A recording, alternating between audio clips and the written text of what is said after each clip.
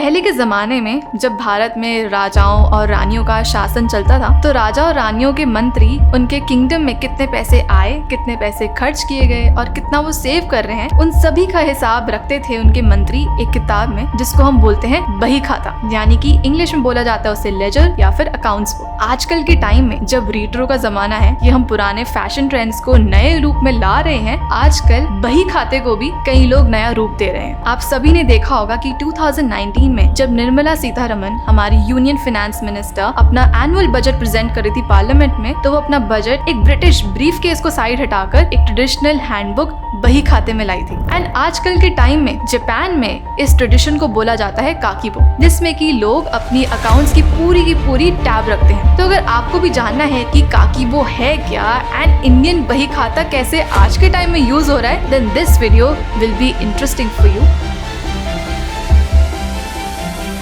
सबसे पहले बात करते हैं कि काकीबो की शुरुआत कहाँ से हुई। तो काकीबो की शुरुआत की गई थी 1904 में by a woman name Hani Motoko. Hani Motoko Japan की फर्स्ट फीमेल जर्नलिस्ट थी एंड उन्होंने इंस्पिरेशन ली जापान की हाउसवाइफ से। अब जैसे कि इंडिया की हाउसवाइफ्स होती हैं, वैसे ही जापान में भी हाउसवाइफ्स अपने घर के यानी कि हाउस होल्ड बजट को हाथ से लिख कर एक छोटी सी डायरी में रखती थी। अब इंडिया में भी मैं अपनी दादी को देखती हूँ, अपने आसपास कई सारी ऐसी हाउसवाइफ्स को देखती हूँ जो कि हाउस होल्ड बजट को अच्छे से मेंटेन करती हैं विद हैंड रिटन रिकॉर्ड्स, यानी कि दूध वाले को कितना पैसा देना है, अगर हाउस मेड है तो उन्हें कितना पैसा देना है, अगर कोई राशन का सामान मंगवाना है तो कितना राशन मंगवाना है। एंड जब शॉपकीपर को वो कॉल करती है राशन के लिए तो वो हाथ से कैलकुलेट करती हैं कि टोटल कितना बिल बन रहा है। यानी कि हाउसवाइफ्स only trust their traditional handbooks जिसमें कि वो रिकॉर्ड्स रखते हैं। एंड उसी ट्रेडिशन को हानी मोतोको ने नाम दिया काकीबो का। तो काकीबो एक तरह से माइंडफुल सोल्यूशन है to keep a mindful account of कहाँ पे आप पैसा खर्च कर रहे हो, कहाँ पे आप सेव कर सकते हो। एंड आपको माइंडफुल इसलिए होता है बिकॉज आप हाथ से हर चीज लिखते हो, क्योंकि जब हम हाथ से हर चीज लिखते हैं तो हम माइंडफुली अपने हाथ की हैंडराइटिंग को देख पाते हैं। हम देख पाते हैं कि हमने कितने नंबर्स ऐड किए, कितने सबट्रैक्ट किए एंड कितना पैसा जा रहा है और कितना पैसा आ रहा है। So it's a mindful solution towards averting your mindless spending habits. तो एक काकीबो में कैसे आप अपनी एंट्रीज कर सकते हो अपने अकाउंट्स की, इसके लिए आपको 5 स्टेप्स फॉलो करने होंगे। The first step is to purchase a notebook and a pen. A notebook can be a ledger और एन अकाउंट्स बुक जो कि आप बाजार में खरीद सकते हो। The second step is to start planning your fixed expenditure from the monthly income, यानी कि सबसे पहले आपको टैब रखना है कि आपकी मंथली इनकम कितनी है एंड उसमें से कितना आपका फिक्स्ड एक्सपेंडिचर है। फॉर एग्जाम्पल, अगर आप एक इंटर्न हो and you are earning around 7,000 rupees per month, then उसमें से अगर आपका 3,000 रुपीज का ट्रैवल में खर्च हो जाता है, then that is going to be your fixed expenditure. And then the third step is to decide your savings budget, यानी कि 7,000 में से जब आपने 3,000 खर्च कर दिया on travel, then you have remaining 4,000 at hand. उस 4,000 में से आप कितना पैसा सेव करना चाहते हो, that is going to be your third step to decide.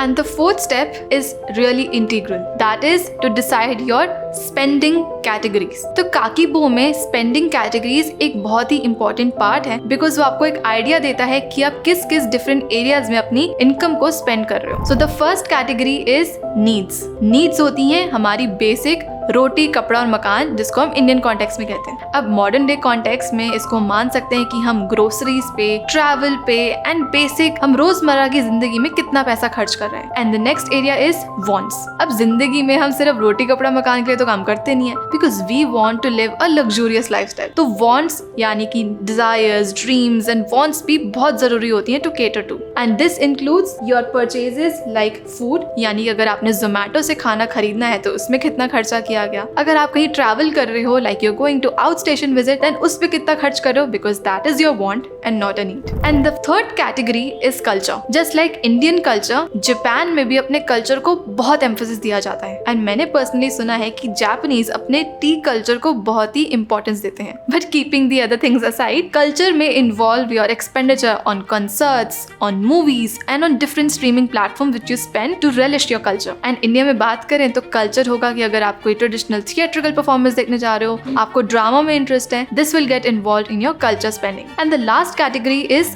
Unexpected. अब लाइफ जो है वो A to B एक सीधी डायरेक्शन में नहीं जाती। It has always like twist, curves and different turns which it takes according to the situations. तो महीने में अगर आप कभी बीमार पड़ गए या फिर कोई इमरजेंसी सिचुएशन आ गई कि आपको ट्रैवल करना पड़ गया, which will get registered in your unexpected category. अब इन 4 कैटेगरीज को बना के आखिर फायदा क्या होता है? अब इसका फायदा साइकोलॉजिकली बहुत होता है। जब आप कॉन्शियसली अपने एक्सपेंडिचर को डिवाइड करते हो 4 कैटेगरीज में, then you get to know whether you are spending unnecessarily on your wants and culture and whether you are keeping on track by simply living by your needs. And if you are spending extra, it brings you back on the track. And now the 5th step, that is consistency. अब काकीबो के लिए अगर आप एक fancy सा pen खरीद लो, एक aesthetic looking pocket size diary भी खरीद लो एंड उसमें एक सुंदर सी टेबल भी बना लो with using scale and pencil and उसमें अपनी एंट्रीज की कैटेगरीज भी लिख दो एंड उसके बाद आपने जोश में सोचो एक हफ्ता एंट्रीज भी डाल दी। बट अगर आप उसके बाद कंसिस्टेंट नहीं रहे तो काकीबो का पूरा पर्पस ही फेल हो जाता है। बिकॉज अगर आप हफ्ता भर अपनी रजिस्ट्रेशन करते हो अपनी डायरी में एंड फिर 1 महीना छुट्टी पे चले जाते हो कि मेरे तो दिमाग में सब कुछ याद रहता है तो काकीबो की क्या जरूरत है, then mind it my friend, you will be going astray. Because हमारे दिमाग में लिमिटेड कैपेसिटी होती है, हमें लिखने से ही चीजें ज्यादा अच्छे से याद रहती हैं। तो कंसिस्टेंसी इज रियली इंपॉर्टेंट। अब अगर न्यू ईयर में आप रेजोल्यूशन लो हफ्ता भर एक्सरसाइज करने की एंड उसके बाद 2 महीने एक्सरसाइज ना करो तो ये न्यू ईयर रेजोल्यूशन भी वेस्ट हो जाती है। अब हमने देख लिया कि काकीबो की एंट्रीज करते कैसे हैं, but now it's time to see what are the benefits we can reap if we keep a kakeibo with us. So the first benefit वो है we can mindfully write and reflect upon our expenditure and savings. अब हम phone में जब अपनी entries करते हैं and calculator में कुछ टैबुलेट करते हैं कि हमारी सेविंग्स एंड एक्सपेंडिचर कितना हुआ, देन उसमें हम सिंपल जल्दी से टाइप कर एक नंबर्स की एंट्री कर देते हैं। But actually when you are writing your entries into a physical notebook then you are using all of your 5 senses. हम माइंडफुली रिफ्लेक्ट करते हैं एक नंबर पे जो हम अपनी डायरी में लिख रहे हैं। And the second benefit is you can not automate your entries, यानी कि आपको काकीबो एक मौका देती है अपने दिमाग के घोड़ों को दौड़ाने का। अब हम जब एक्सेल शीट में अपनी कैलकुलेशंस को टैबुलेट कर देते हैं तो हमें समझ ही नहीं आता कि हम जब नंबर्स की एंट्री कर रहे हैं तो उसमें फॉर्मूला लग रहा है तो आउटपुट कहाँ से आ रहा है, तो हम किसी ना किसी तरह प्रोसेस को मिस कर देते हैं। अगर आप काकीबो में अपनी एंट्रीज करते हो then you can start avoiding the use of calculator and physically start solving each and every mathematical problem which is there in your hand. तो इस तरह से आप माइंडफुल हो जाते हो कि आप कहाँ कौन सी कैटेगरी में स्पेंड कर रहे हो। फॉर एग्जाम्पल आपने 4 कैटेगरीज बना ली अपनी need, wants, culture and unexpected की, देन यू कैन इवन सी अपने हाथों से लिखते वक्त कि आप कहीं ज्यादा स्पेंड तो नहीं कर रहे किसी कैटेगरी में and that will keep you rooted in the process.